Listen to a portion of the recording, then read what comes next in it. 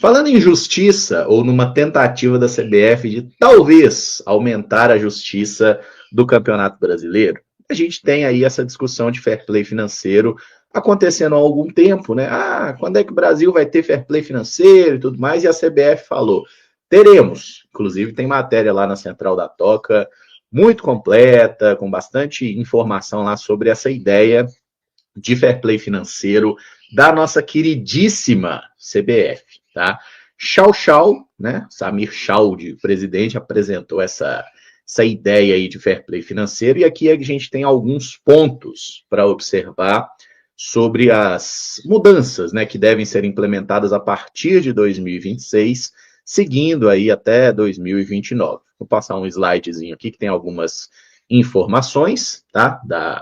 Que está lá na Central da Toca, você pode ver todos esses detalhes aí também.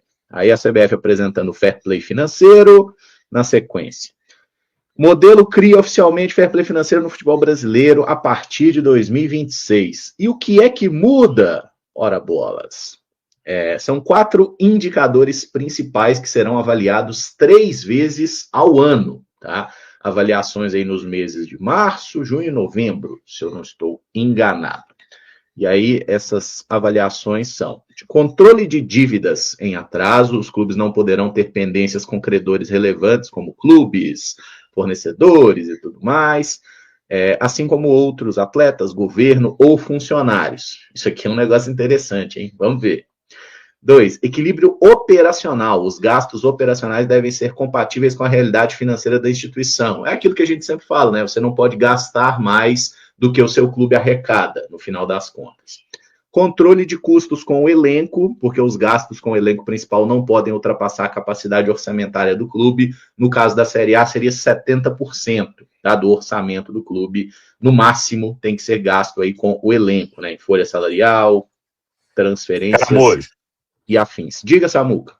Ali assusta um pouco o torcedor do Cruzeiro, mas o aporte do dono, ele é permitido, né? Sem limite. Então, ele pode entrar como uma receita da SAF, não pode ser empréstimo, né? Mecenas não pode atuar, mas o Pedro, como dono, ele pode colocar um novo capital na SAF e aí é uma receita nova, né? Então, você tem um percentual em cima daquilo para você... dentro desse aí que você tocou, que é o limite máximo, né, para o investimento no futebol, né? Exatamente, porque o fair play financeiro não falou nada sobre proibição de que donos de clube injetem dinheiro na instituição, tá? Não tem nada sobre isso no que foi apresentado pela CBF. Aqui nós temos também a questão do descumprimento das regras, hein? Aí tem, num primeiro momento, eu adorei o advertência pública. É muito bom, né? Você vai tomar uma advertência perante aos coleguinhas, tá? Se você descumpriu o fair play financeiro na primeira vez. Depois, multa, aí precisa detalhar melhor, né? Essa questão de multa e tudo mais. Terceiro, retenção de receitas, que é ficar com o dinheiro bloqueado, né? Não receber a integralidade ali. Quarto, que é o transfer ban, que infelizmente o Cruzeirense sabe muito bem o que é, né? É a proibição de registrar novos jogadores, algo que a gente já sofreu. Quinto lugar, dedução de pontos. Outra coisa que nós também, infelizmente, já conhecemos lá em 2020, que o Cruzeiro perdeu 6 pontos devido a uma dívida de 2016. Sexto lugar, o rebaixamento. Se o clube... Isso aqui vai escalonando, tá, gente? Você não cumpriu, você recebe a advertência. Não cumpriu de novo, multa. E assim vai. E sétimo, que seria o caso mais grave, cassação de licença de participação em competições, que na prática seria meio que desfiliar o clube, não deixar ele disputar as principais competições nacionais e até mesmo regionais. Aí alguns pontos, né? Controle de endividamento de curto prazo, o clube deve manter uma estrutura financeira saudável e sustentável, é aquilo que a gente fala da dívida de curto prazo, que são as dívidas que vencem em até 12 meses. É aquela dívida que asfixia melhor o clube. O que o Cruzeiro conseguiu fazer, inclusive, com a RJ foi alongar o perfil da dívida, né? Que aí você vai pagando sem ter a incidência de juros, multas e tudo mais.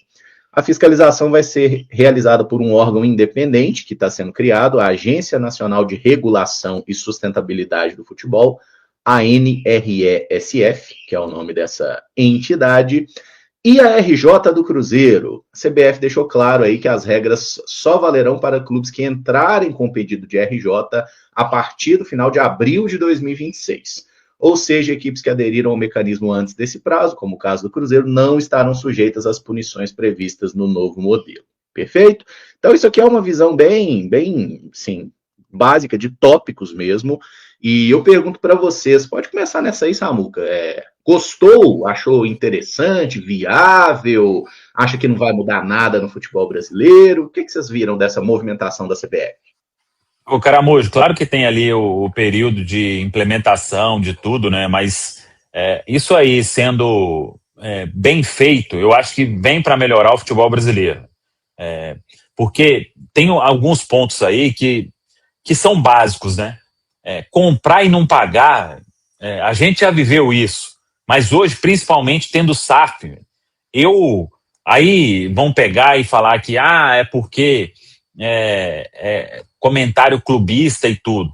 Uma SAF comprar e não pagar e tratar isso com normalidade, véio, eu acho que é uma vergonha absurda para donos que são bilionários. Véio.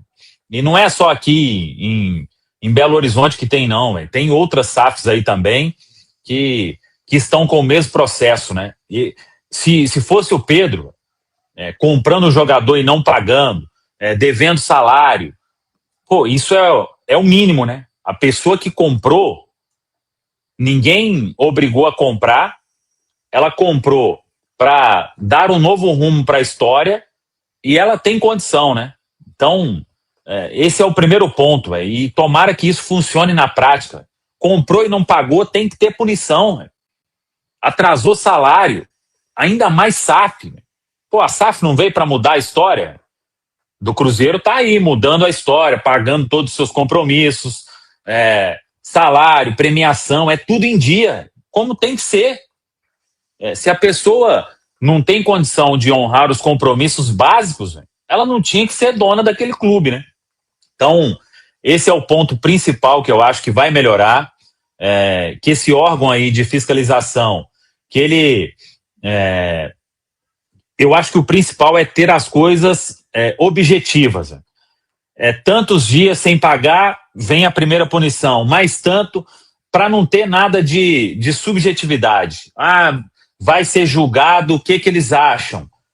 Por que o Corinthians comprou tal jogador e não pagou? Porque ele teve aqui um problema de fluxo de caixa. Não tem que ter conversa. Tem que ser igual da FIFA.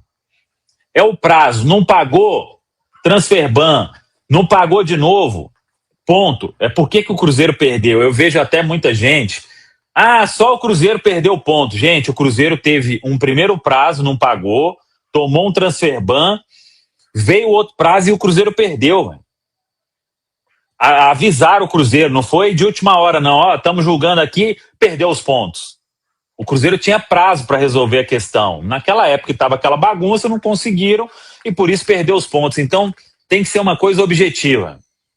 Para elogiar completamente isso, temos que aguardar aí os próximos anos, mas acho que é uma mudança bem válida.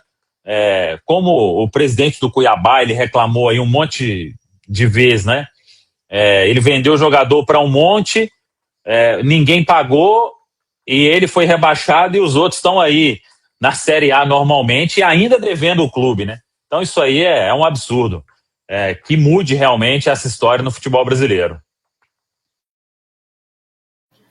Precisou ter o fair play financeiro para conscientizar, né, as equipes, para que isso não aconteça mais, para que não haja colapso financeiro dentro dos clubes. Acho que talvez foi o único recurso encontrado. Para mim é positivo, sim.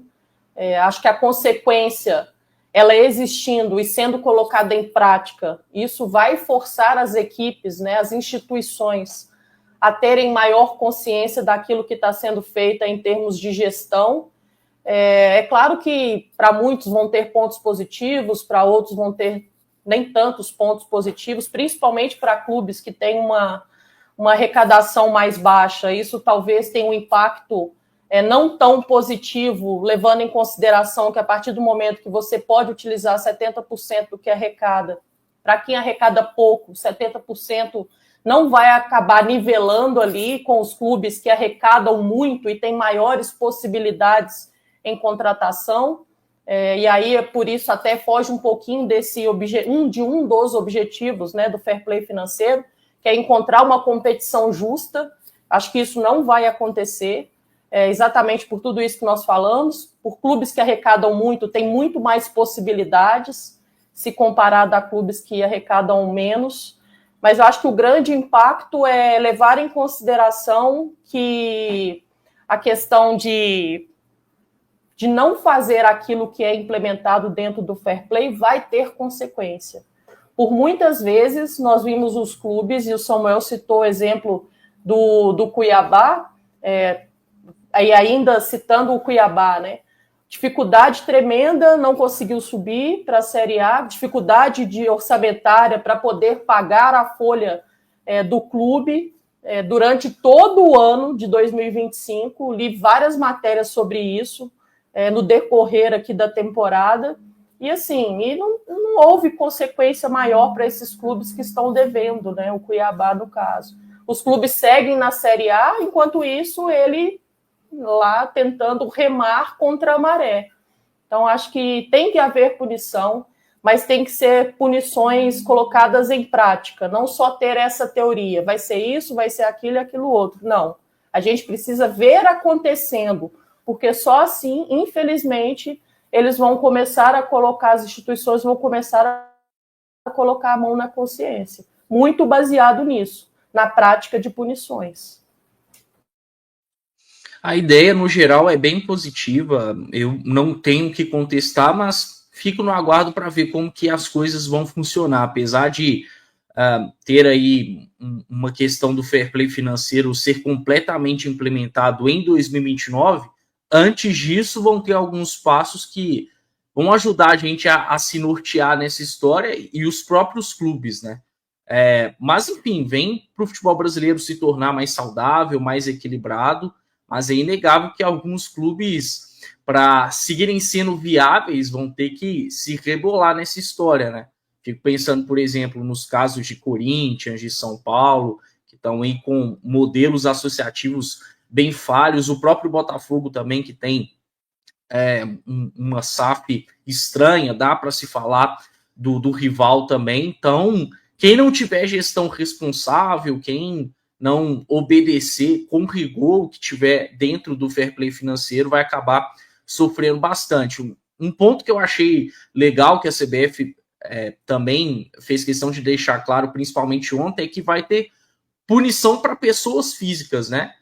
Para os clubes, claro, mas dependendo do que acontecer, as pessoas responsáveis, diretamente responsáveis pelo desvirtuamento do fair play financeiro também vão ser punidas. Acho interessante, acho legal também que clubes da Série A e Série B vão ter uma maior exigência de início, né?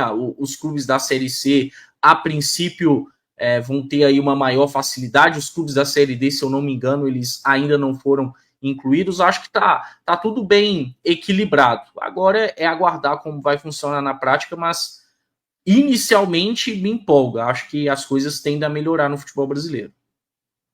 Eu acho que era um movimento que ele precisava e precisaria de acontecer em algum momento, e que bom que conseguiram tirar do papel, né? Tirar da conversa e do planejamento. É claro que quando você escuta essa questão do fair play financeiro, tem um certo susto no começo, mas os termos ali estão muito bem explicados nessa matéria do Central da Toca, e acho que é um caminho natural. Todo campeonato competitivo do futebol mundial, ele tem essa regulação do fair play financeiro. É necessário que isso aconteça. E aí eu vou lá no primeiro ponto, que para mim é um dos mais importantes. Aquela questão do clube que compra e não paga os atletas. Isso é um problema crônico do futebol brasileiro. Muitas equipes elas se sentem no direito de fazer isso. Não é nem deixa acontecer, não. Eles acham que isso é um direito deles de fazer. E quando você vê essa contestação, inclusive nós já passamos por isso, muita gente fala, mas o fulano também faz, o outro time também compra e não paga. E isso não pode acontecer. Não pode acontecer com o Cruzeiro, não pode acontecer com o Corinthians, não pode acontecer com o Cuiabá.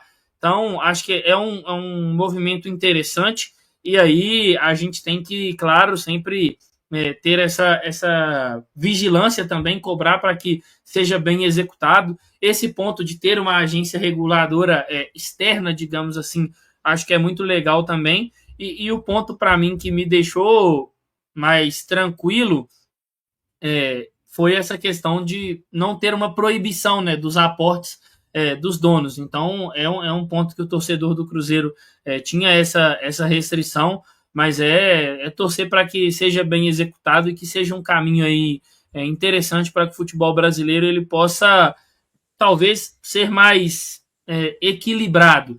É claro que, financeiramente, não vai dar para equilibrar a balança, talvez, com o Flamengo. Isso é um ponto que, com ou sem fair play financeiro, eu diria que não dá para acontecer.